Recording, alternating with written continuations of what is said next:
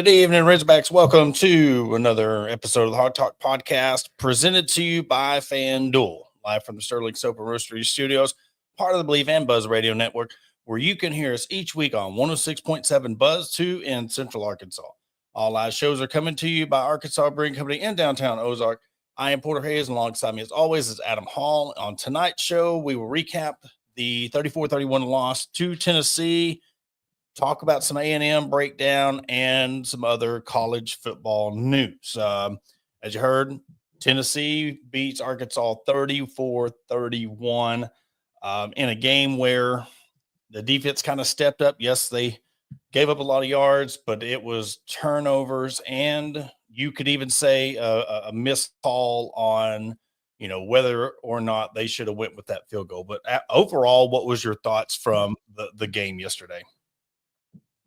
I was kind of surprised. I had, I believe, a 13-point win for Tennessee in the prediction.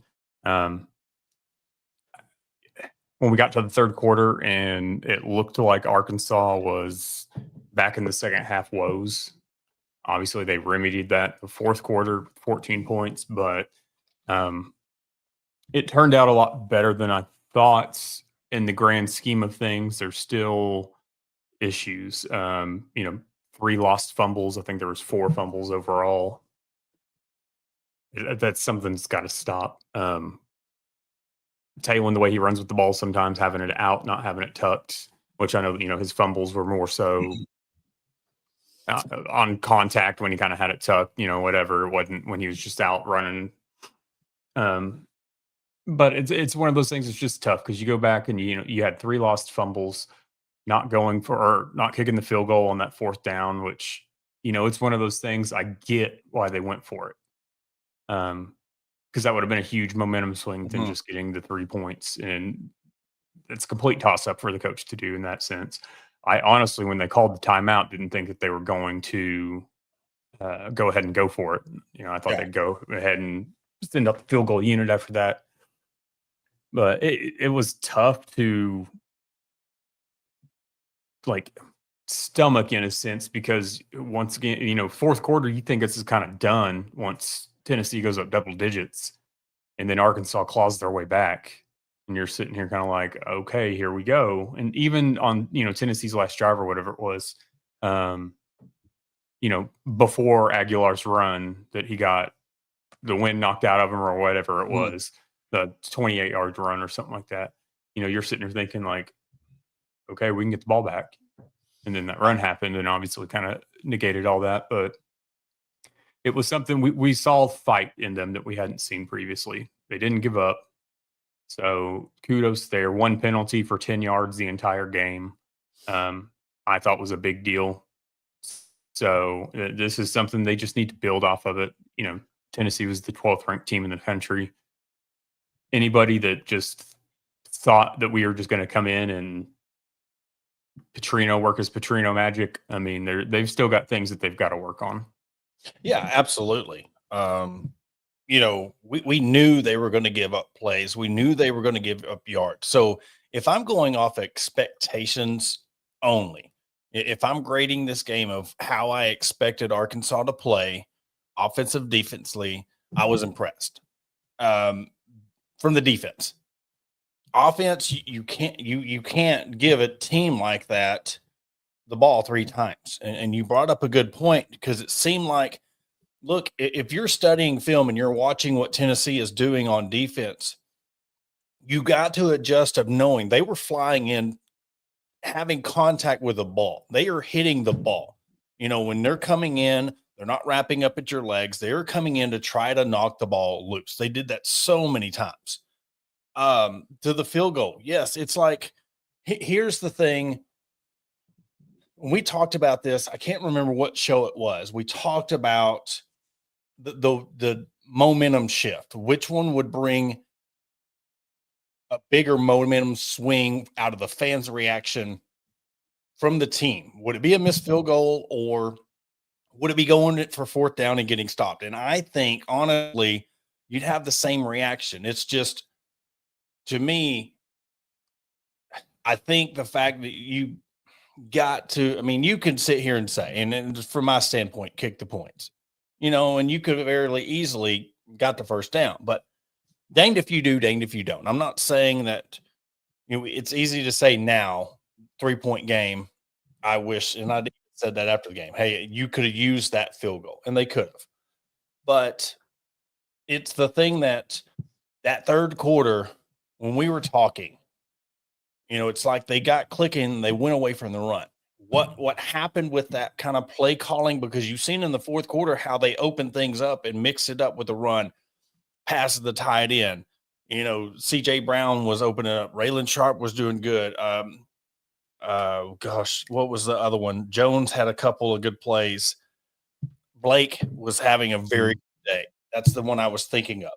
You were opening the field up, and it was allowing Mike Washington to have a really good game. I don't know. They're talking about getting over that hump. I think that has to go on the coach on the third quarter. Like, you were moving the ball so well on them. Why did you abandon all of that in the third quarter? And the defense was holding their own. And you can go to turnovers. Look at the field position they were getting off those turnovers. And you talk about momentum swing. Let's try for the points, but turnovers are a huge momentum swing. So, danged if you do, danged if you don't on that aspect. But from overall aspect, I was really impressed with the defense coming out.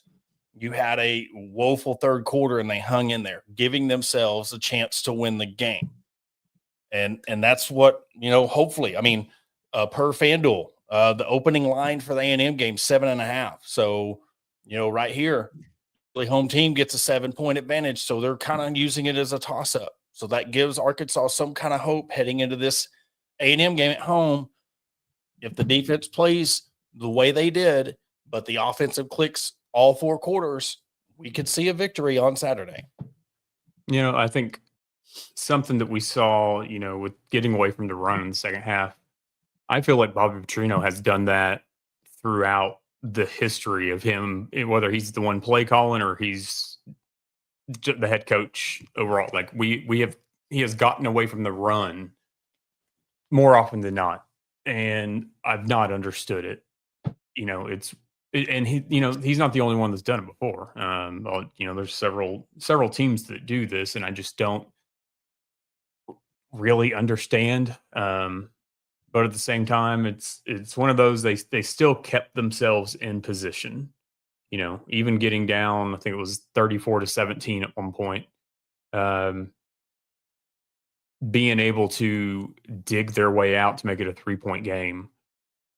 We hadn't seen that a whole lot. And, I myself have questioned Taylon Green and this offense on getting down double digits and can they fight back? And they showed here that they can, especially in an environment when you had 100,000 plus.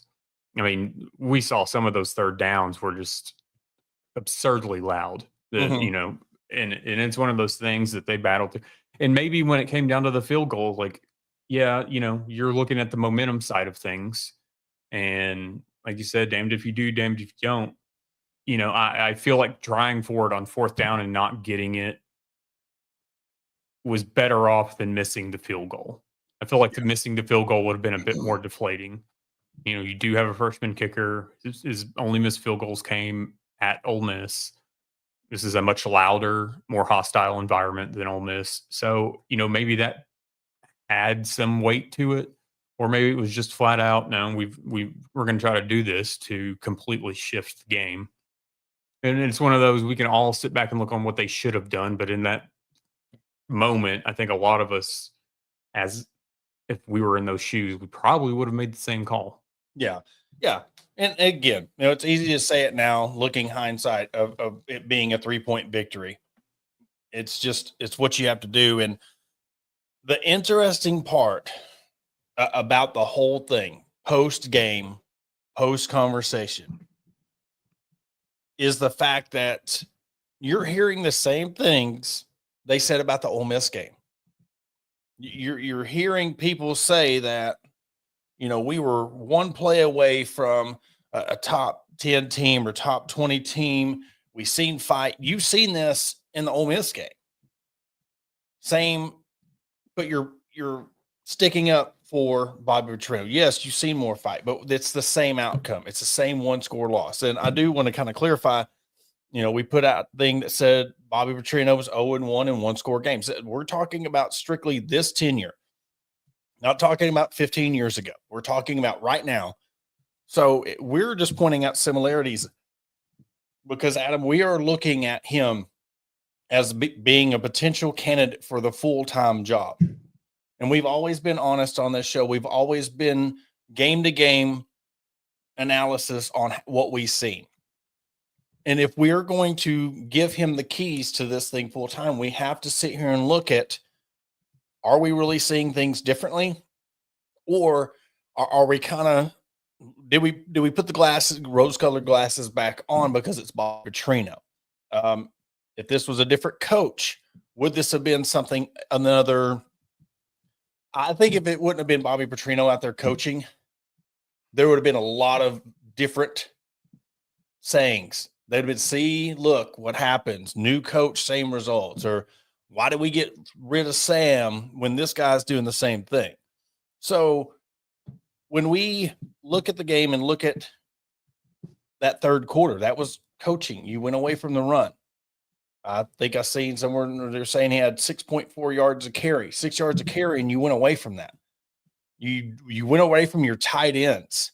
You didn't throw to your tight ends as much. And I don't know, again, if that was blocking scheme because it was Tennessee. I mean, they were bringing a lot of pressure. So we could have had a similar situation like last year why you didn't use tight ends because the O-line was just getting killed. So you had to have those tight ends blocking for you. But we'll see this week.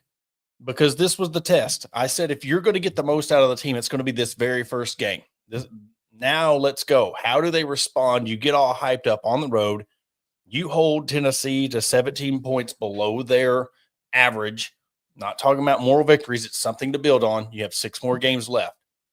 So there's still a chance to win some of these games, but you're digging yourself a hole if you're trying to get bowl eligible. Mm-hmm. And I don't see – I mean, you look at Mississippi State, Auburn, we know what happened then. We'll talk about the rest of the SEC games in the second segment, but Texas A&M looked pretty good yesterday. They did. Something fell. Let me see. Like this right here, going into the game plan, going into playing A&M. I think that Arkansas needs to stick with what they're doing. Mm-hmm. Because like we talked about with Volbros, this is something that Texas A&M's offense is not that good.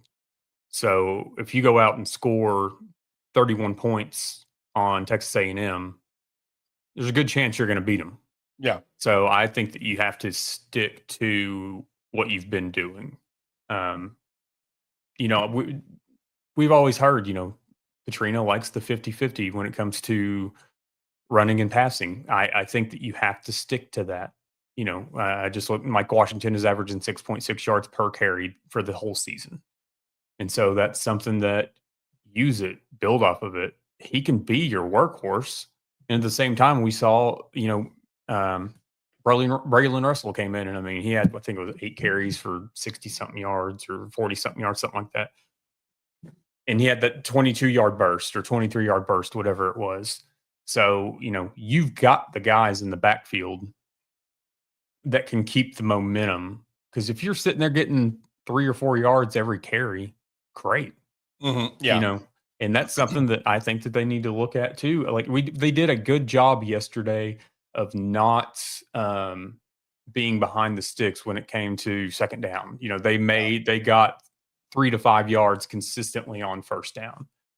And, we didn't see as much 2 to 4 play drives ending in a touchdown. We saw more methodical 4 to 5 minute, 6 minute drives. And I think that that's what Arkansas needs to do.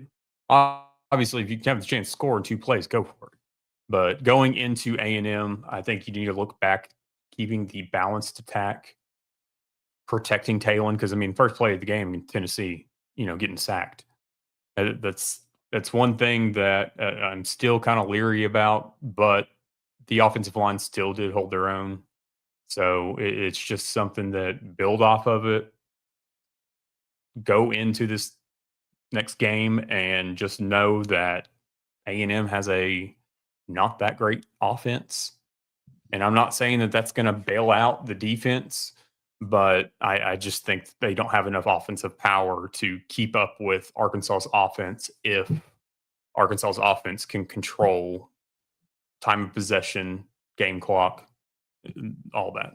Yeah, and that game will be 2:30 on ESPN again via FanDuel. 7.5 point underdog for the Razorbacks. Over under is 60.5. So just like this one, they were expecting a more high scoring game, 34-31. So I think what it was 62. Was it 62 or was it 69 for the Tennessee game?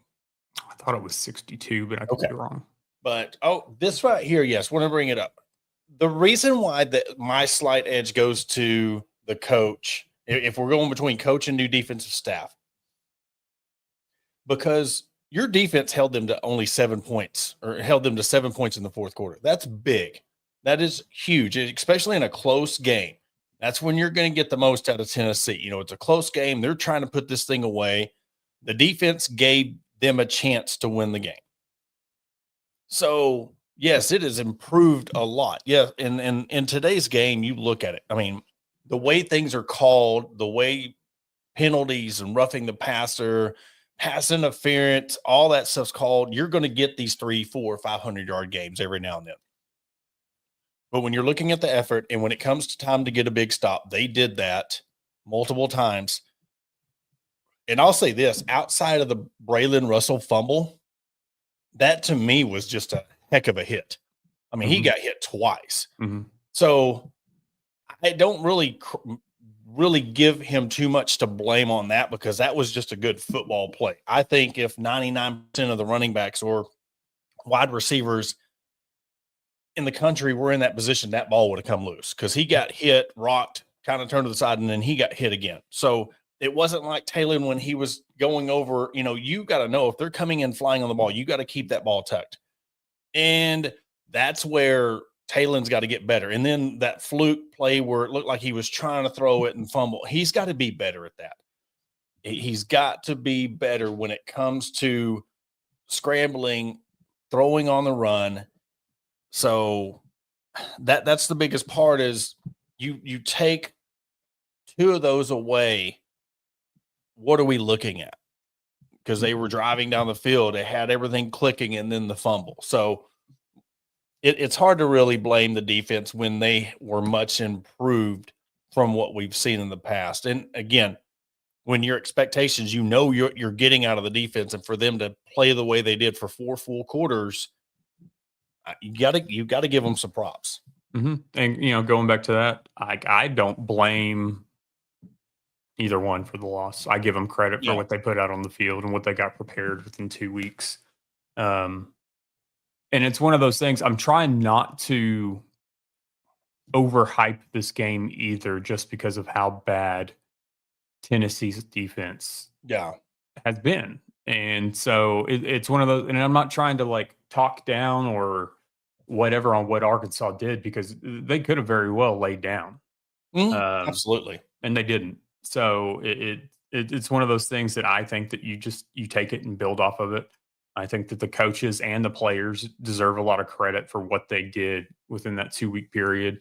A lot of unknown, and a lot of guys that, you know, from what we heard from the coaches, and I think that we saw on the field too, you got a lot of vocal leaders step up in the locker room, step up at practice, and you saw it translate onto the field that they were more dialed in yesterday than we've seen them in previous games.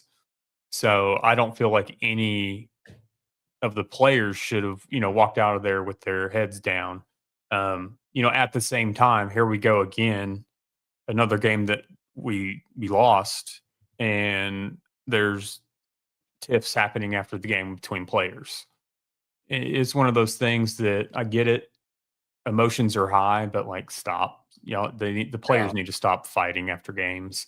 And, you know, it's one of those things too with Omega Blake flipping off the crowd after Arkansas's first touchdown. Yeah. Like, I get it. And I'm going to say this too, to fans in general, but this goes out to, I guess, a specific Tennessee fan. never in your taunting of another team put a deceased player's jersey on a skeleton as a prop trying to be funny or cool. Yeah. Because it was one of the most asinine things that I've ever seen, one of the most disgusting things that I've seen. Yeah, it's one of them things that you're taking things too far. Everything has a line, and you didn't just cross the line; you hop, skipped, and jumped over the line. I mean, that's you. That's not trash talking. That's beyond. That's just straight up. That ain't even trolling. That's just being nasty, And we all want to do our things to be funny, or we knew in this day and age, okay, that's going to get a lot of hype. Let's do that. That will be so cool. But it was very tasteless of the thing that they did, and there's no place for it. There's ways to troll and to be funny and go. You can hit. Like in boxing, you got the belt. Hit it right there at the belt, but not below. And that was just way too much, and you got nothing out of it. Yeah, hey, congratulations on the win, but when it comes to that stuff, that there's no place for that in football or any sports or any kind of trash talking. It's just you're talking about a person that is no longer with us, and you thought it'd be cute, and you know what? What I would love to hear, and it would be just as disrespectful as if you sit there, just own it like a man or whoever that you did it. Don't try to say, well, it was almost Halloween and I was dressing up that for, no, you knew what you're doing. And that's the biggest part of it. Don't double down on it or try to talk your way out of it. It was nasty and should not have even been thought of. Mm-hmm. And, I honestly expect Talon to improve throughout the season because, with this being his last 6 games, barring something miraculous that they get to a bowl game, he's got a lot to show in these last 6 games to NFL scouts.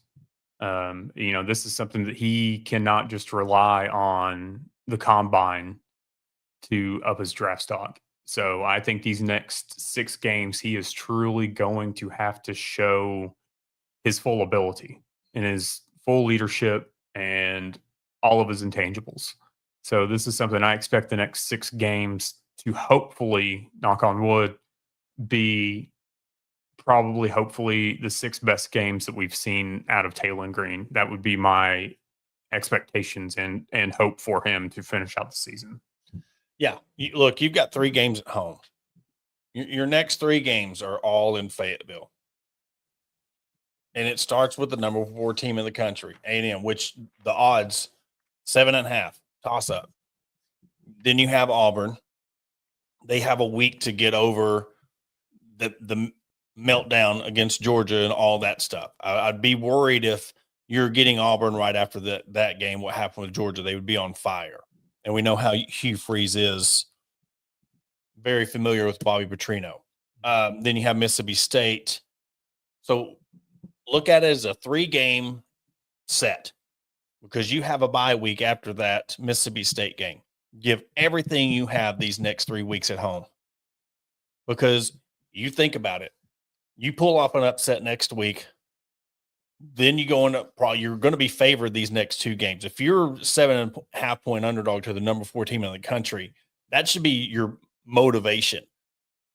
That you were just 1 quarter away from offensive play, playing together from a win. Then you go to Mississippi State, you win that, and then you have the bye week before you head to Baton Rouge and finish out the year at LSU, at Texas, and then Missouri. So, you can, so you win, let's be weird here. You win 3 in a row. That puts you at 5-4. All you got to do is win one of the next 3 games, you're bowl eligible. And how cool would it be for everything that happened, Adam? We had them at 5-7. There's a lot of people 5-7, 4-8, 3-2. I'm not saying go crazy and win 7 or 8 games or go on a tear, but you get to play in a bowl game. You get bowl eligible. But then you got to look at the big picture, and it's like, okay, if they get big picture, or I mean, not big picture, if they get bowl eligible, does that automatically ensure that Bobby Petrino will get the head coaching job? I think it's one of those things that he try to see how I can word this without giving too much. I think that he needs to win at least 3 games as interim head coach, not just, one more win, to be heavily considered. Yeah. It's one of those that I think just winning 3 games puts him into the more serious conversation of being the next coach. But I don't anything below that, I don't think he becomes head coach unless he is just the fallback option.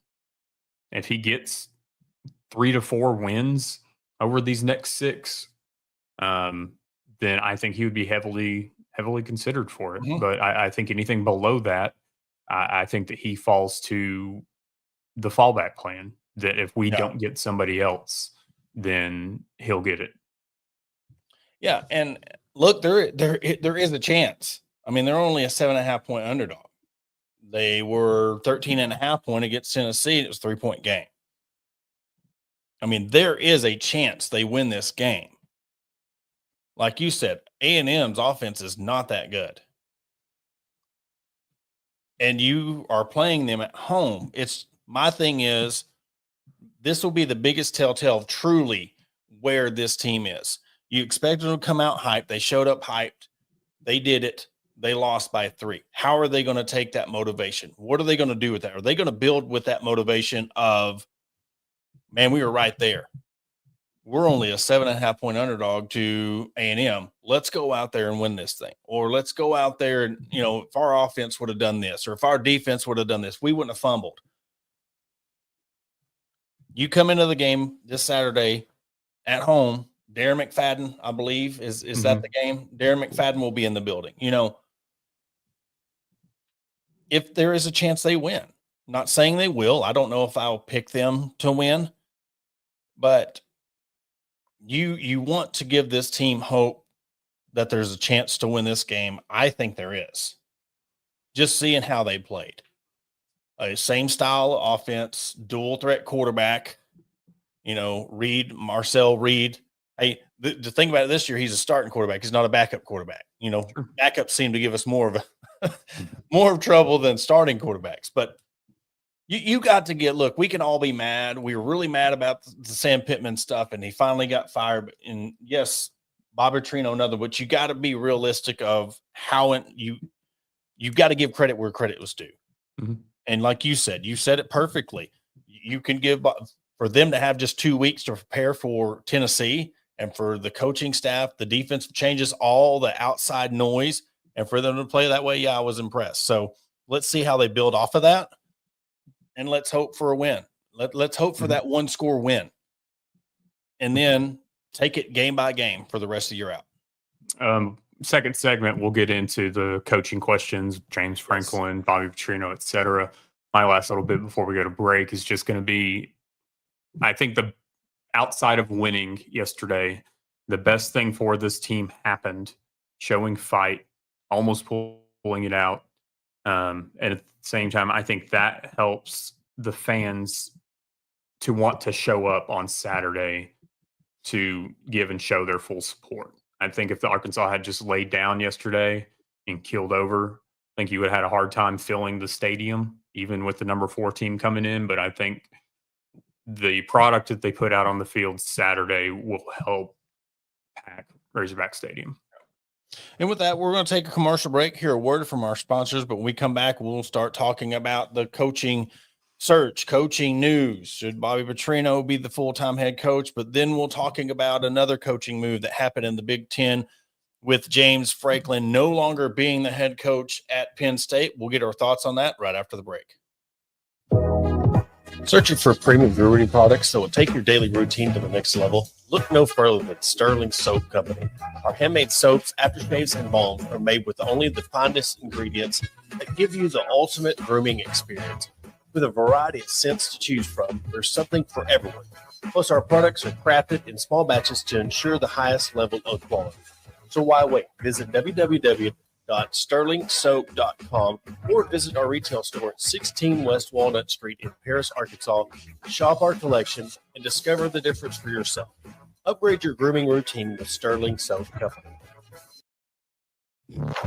Are you looking for a place to grab a cold drink and some delicious food? Look no further than Arkansas Brewing Company. Located at 201 South 1st Street in beautiful downtown Ozark, our establishment offers a wide selection of craft beers and tasty eats. But what sets us apart is our welcoming atmosphere and friendly staff. At Arkansas Brewing Company, you'll always feel like part of the family. So visit Destiny and Christopher Brockett and staff today and see for yourself what makes us the go-to spot for locals and visitors alike. Arkansas Brewing Company, come for the drinks and stay for the friends.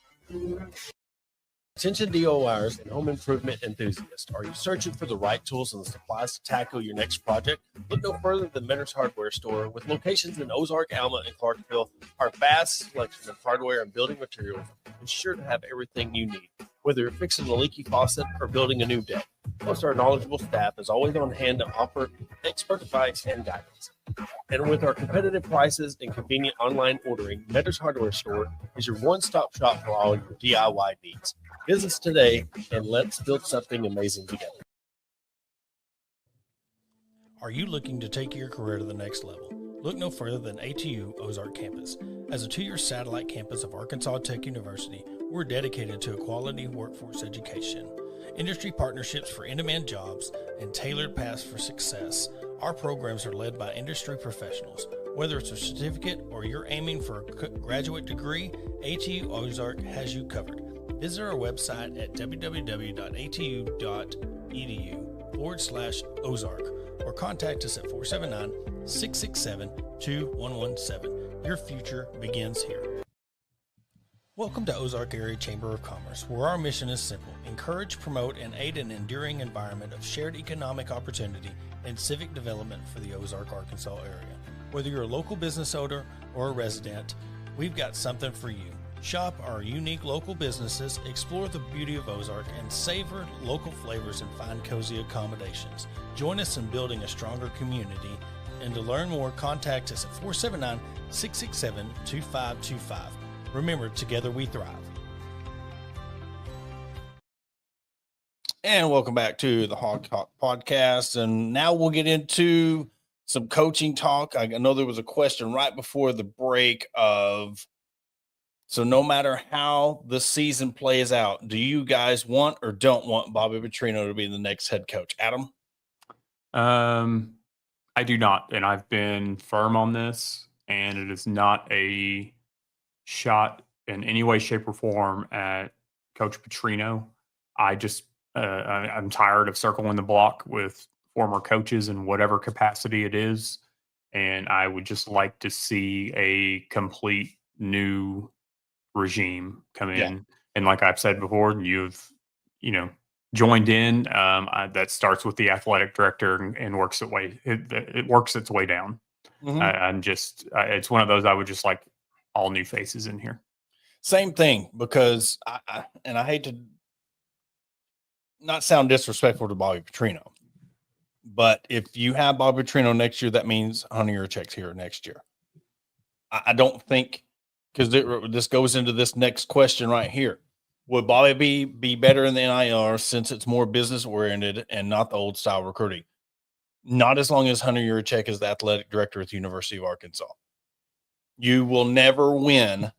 You will never sniff the college football playoff. You'll never get the recruits. You'll never get the players. You'll never get the NIL money if Hunter Yurachek is the athletic director at the University of Arkansas. We've said that. There was a comment on one of our tweets or something about, we're just saying this from his comments this year at the Little Rock Touchdown Club. And me and Adam have both been adamant about this since last year's Touchdown Club when he made the comments about Walmart and Tyson. I think you need somebody that wants to come in and embrace the new era, wants to embrace that, yes, you have 39 other championships or conference championships in other sports, but you need somebody to come in that wants to put football first. And I'm sorry, no disrespect to the other programs, But when you're coming to revenue, you're talking about business, you're talking about the grand scheme of your athletic program, you got to put football first. And that money, players, because I'm telling you, you put the football program first and they're successful, it is going to make all your other programs better.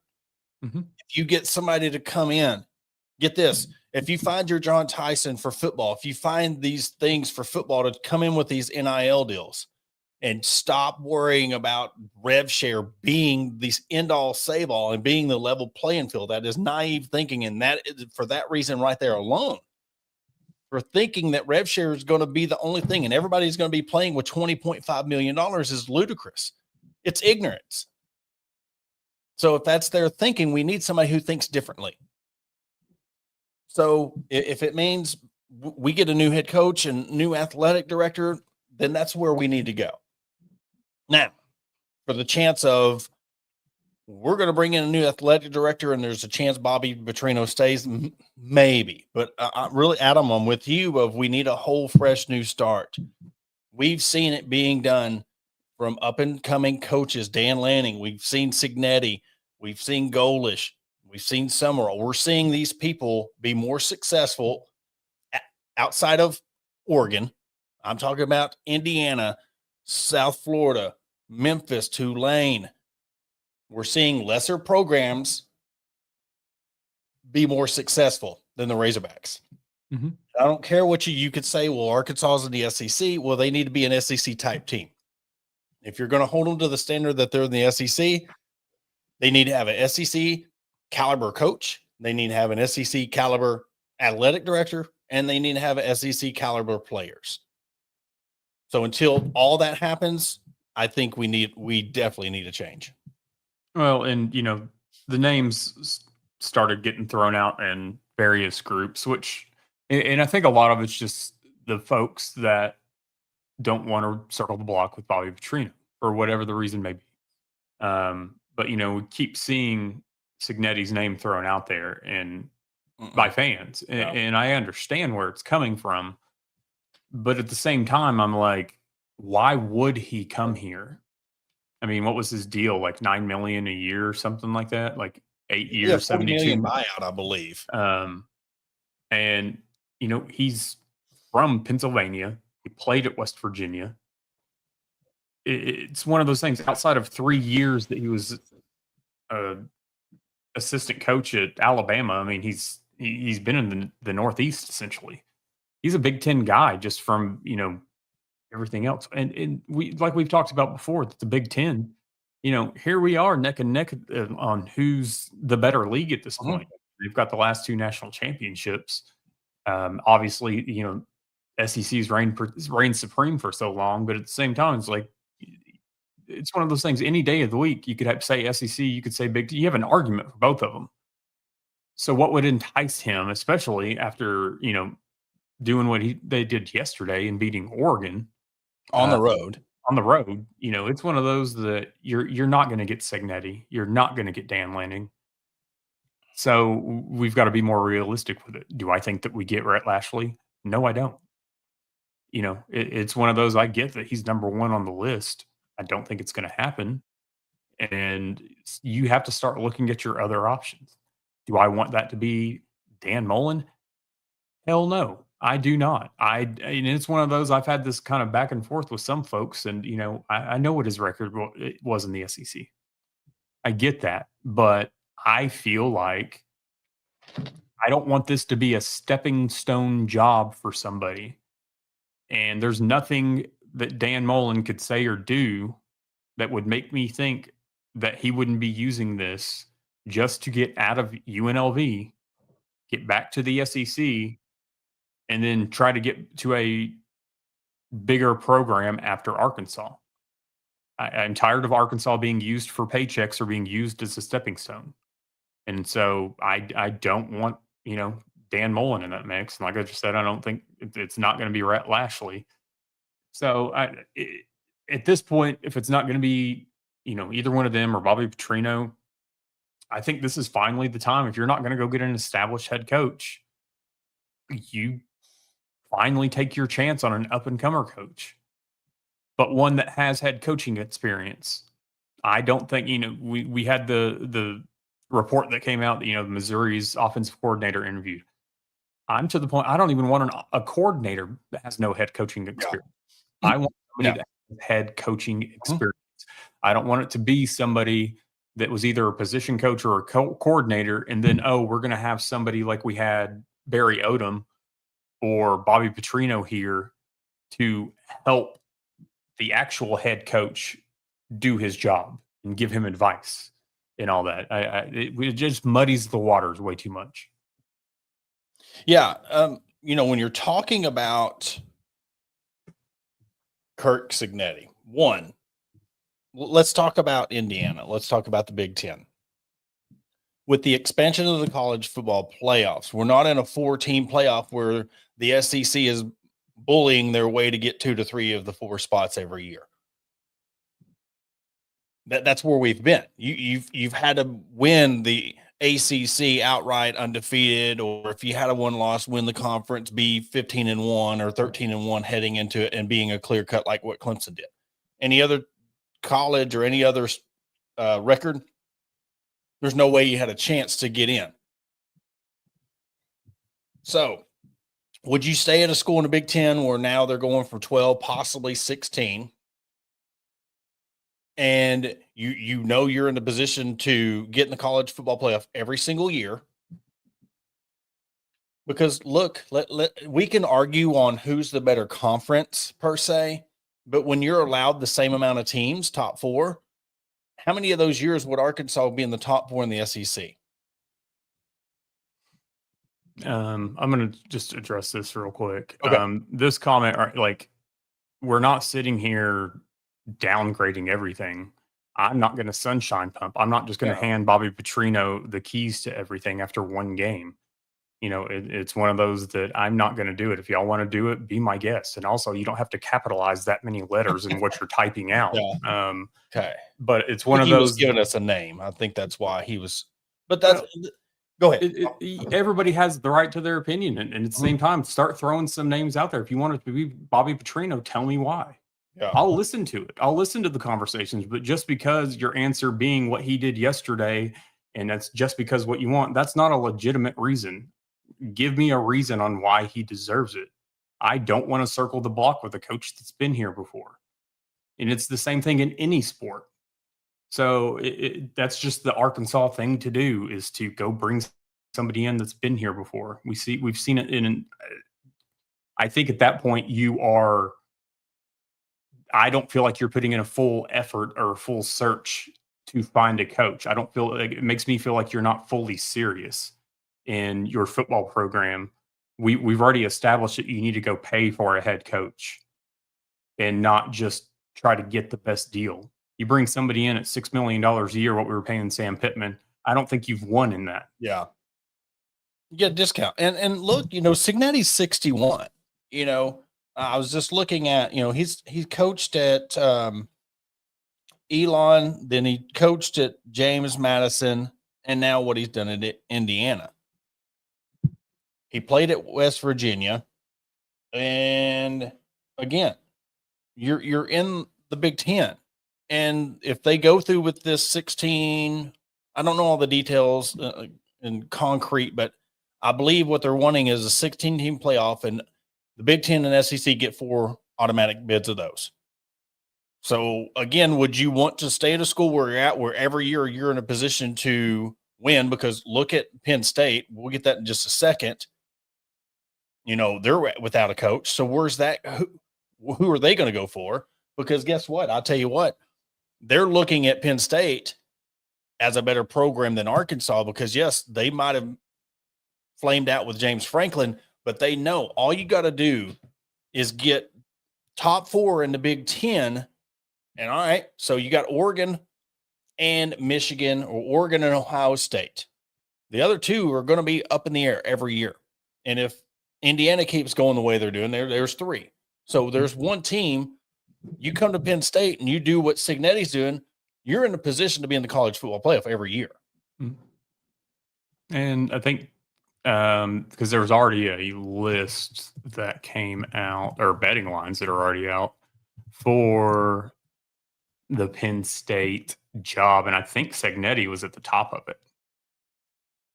See, I wouldn't do. I mean, it'd be a lateral move. I'm trying to see here. I'm not. And another thing with Signetti, and this is another thing.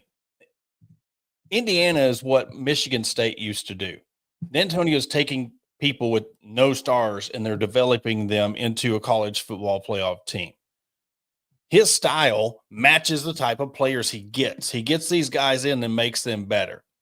He is a no-nonsense coach. Mm-hmm. Would his style fit at a Penn State or an Ohio State or at an Oregon?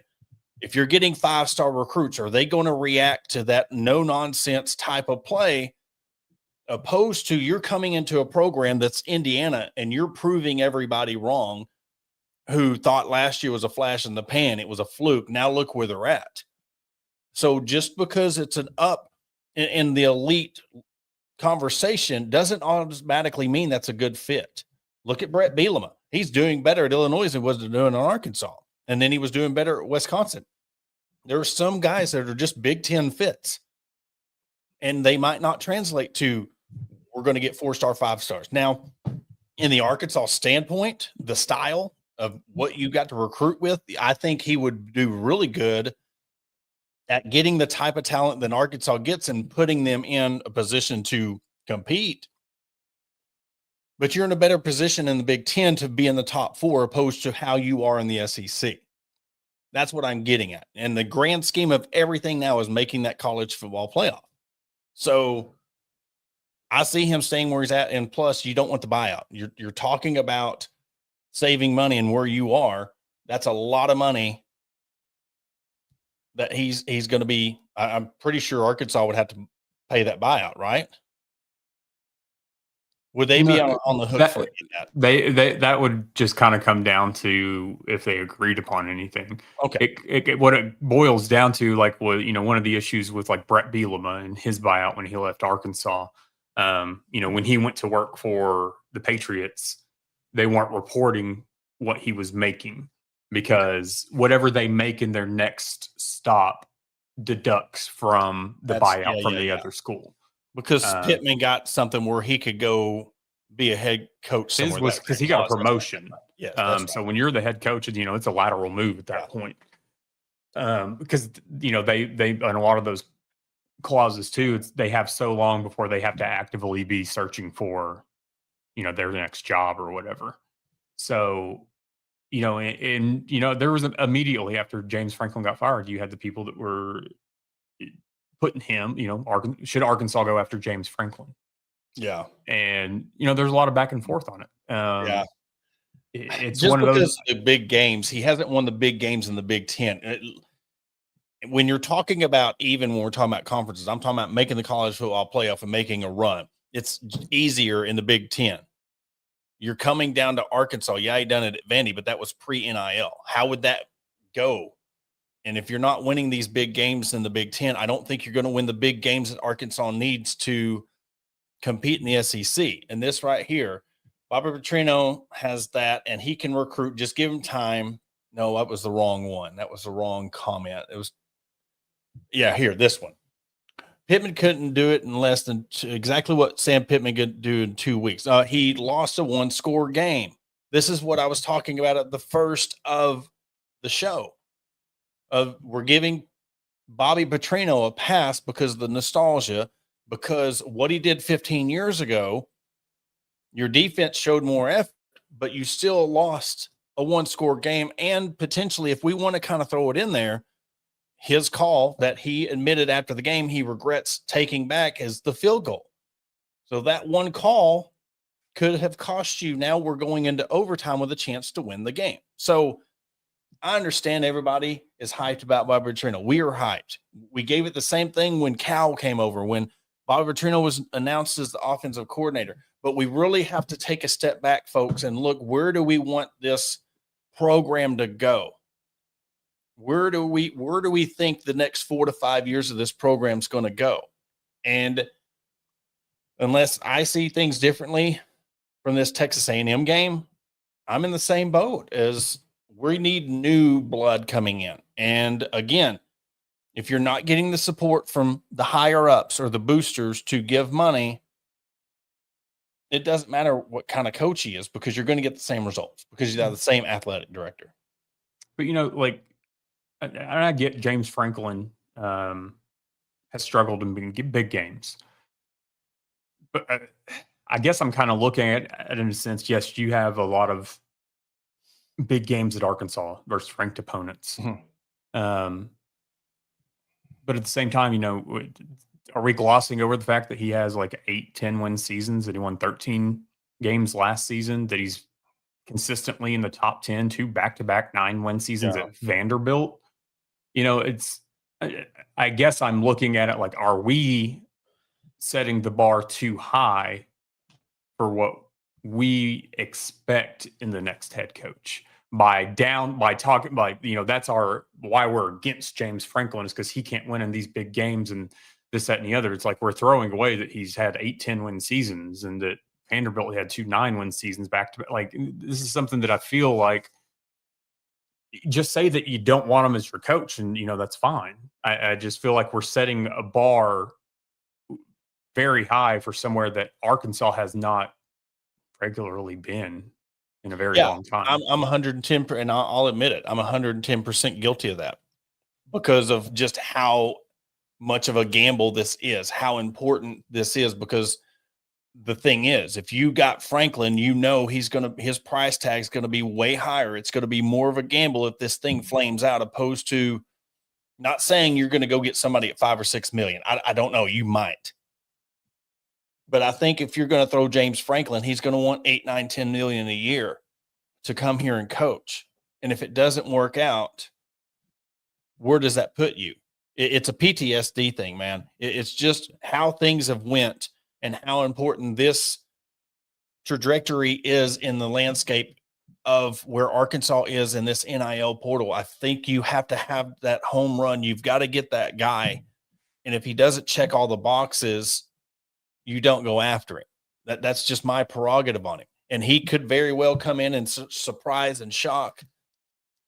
But we really got to think about the gamble that we are doing when we're looking at him as a potential head coach. One, is he going to get the boosters backing? Is he going to get the money? Is he going to get the recruits? Is he going to be able to recruit down here? This is a new era. So I guess in a sense, I'm kind of washing what he did at Vandy because we're in a different era. I put more on what Signetti's doing at Indiana because we are in a different era, and he took a team like Indiana from coaching at James Madison and built them. So I don't know. It could be one of them things that he just ran its course at Penn State. He got complacent, and he could come here and catch fire, get a redo back in the SEC. That's a potential. It's just, but yeah, I mean, I have to be completely honest of my rationale when it comes to James Franklin. As you see that, and you're like, oh, because you go back to Brett Bielema. Look what he did in all the Big 10 championship games and the Rose Bowls he made, and then he comes here and it was a product of that Big 10 system, and it just didn't work here in the SEC. So, but you could argue that same point with, yes, he's doing it currently. Yeah, who I'm Signetti. But it could be that exact same thing if he comes to an SEC. It's a gamble for anybody that you bring into the SEC. Well, and that's why I'm saying when I put it out there, you need a guy like Signetti. You need a guy like Dan Lanning. You need a guy who's going to come in, no nonsense. He's going to be able to get full backing of the BOT and the boosters to get the money that he needs. And he comes in and he changes the culture of this program. And again, it starts above him. So that's going to be a big swing. I mean, we could sit here and ask for these coaches, but if we're not willing to change the times of this athletic program, it's all a wash, because no matter, we can get Saban. If we're not embracing the NIL, you see what's happening. But you're seeing teams like Auburn play with Georgia. You're seeing more teams being able to compete and win with other programs because they are going all out. And one thing before we go, I think that whoever we do get, I think that you're going to get the NIL backing finally. You're going to get the donations finally, because, Board of Trust, I'm kind of going with what we have been told, and that this athletic director is not having any part of this coaching search. So if that's true, and that it's the board of trustees and such that are doing their due diligence in this part, then I think whoever you bring in, we will finally have the backing that we've been told. But then if we do, get one of the guys on their list, and then we still see the same thing of not getting the backing, then we have now successfully confirmed that they do not believe in the football program whatsoever. Yeah. And this right here, we act like Franklin hasn't won in the NIL era. I mean, he's 17-26, 40% winning percentage in the top 25 games, top 10 games, he's 4-21. So, I mean, yeah, he's won, but I mean, I've talked about Dabo for the last month. I mean, this guy's won ACC championships. He's won 2 national championships, but you look at where they're at now. Are they on that same level as what they were pre-NIL? They're not. So you have to have somebody that comes in and wants to change this thing around. But the biggest thing with Bobby is, if you're going to go with Bobby and you want him to be the head guy, maybe that saves you some money and you get some killer coordinators. And if you're going to stay true to your word and you're going to give him all the money he needs, then I'll trust the process. Do I think it's going to be the best thing? But I'll trust the process if I know that he's got the backing of the portal. And we'll see what happens again this week against Texas A&M. I mean, this is going to be a big swing. If you want to convince me that I think Bobby Petrino needs to be considered heavily for this job, I want to see the effort coming off this loss, see how they perform against the number 4 team in the country at home. These next 3 games are going to be very important for his audition for me personally. Because, I mean, I could change my mind. I mean, we still got 6 more games. I'm going right now in this moment, but I'm telling you, they reel off some wins. I mean, and they do it convincingly, and they beat all these ranked teams ahead of them. I mean, you look at it, if you beat Texas A&M, and another thing, that's a game you haven't been able to win. So let's just throw this scenario out real quick before we wrap up. You beat Texas A&M, beat LSU, and Missouri. You beat those 2 teams that you have the utmost trouble beating, and maybe a win against Texas because, they're up and down. Then I would consider him being the head coach. That's it'd be hard to not, or to argue against it. Yeah. At that point. So it's one of those that they've got to take it game by game. I mean, we can play out every which scenario, and I'm sure we're going to after every single game. It's going to be, how do we feel now? What's the temperature on Bobby Petrino now? But at this point in time, I mean, it's, it was one game that they fared a heck of a lot better than we expected. Mm-hmm. The team looked a heck of a lot better than we had previously seen. So I'm not necessarily completely writing it off. I just, at this point in time, I don't want to circle the block, and that's where I'm going to stand with it. But we'll see how the rest of the season goes, starting Saturday against Texas A&M. And look, we're going to wrap it up here for this episode of the Hog Talk podcast. But look, come back in an hour. Adam and the guys at Hog HQ will carry on the conversation. So jump in the conversations. We're loving the interaction. We love the conversation that we're having here on Hog Talk. It's the fact that, you know what, we're not going to ever, laugh at anybody's opinion that's not ours, or we're not ever going to sit here and be like, look at this guy. I want people to disagree with us because that makes everything flow, go back and forth. So we appreciate every comment coming in here, and we'll carry on the conversation for the Texas A&M game on Thursday. We're going to look getting a Texas A&M guest on, so be looking for that. And don't forget to come back 8:05. We want to thank everybody for tuning in tonight. All of our sponsors. Again, the opening odds via FanDuel, 7.5 over under our 60.5. And we will catch you on Thursday.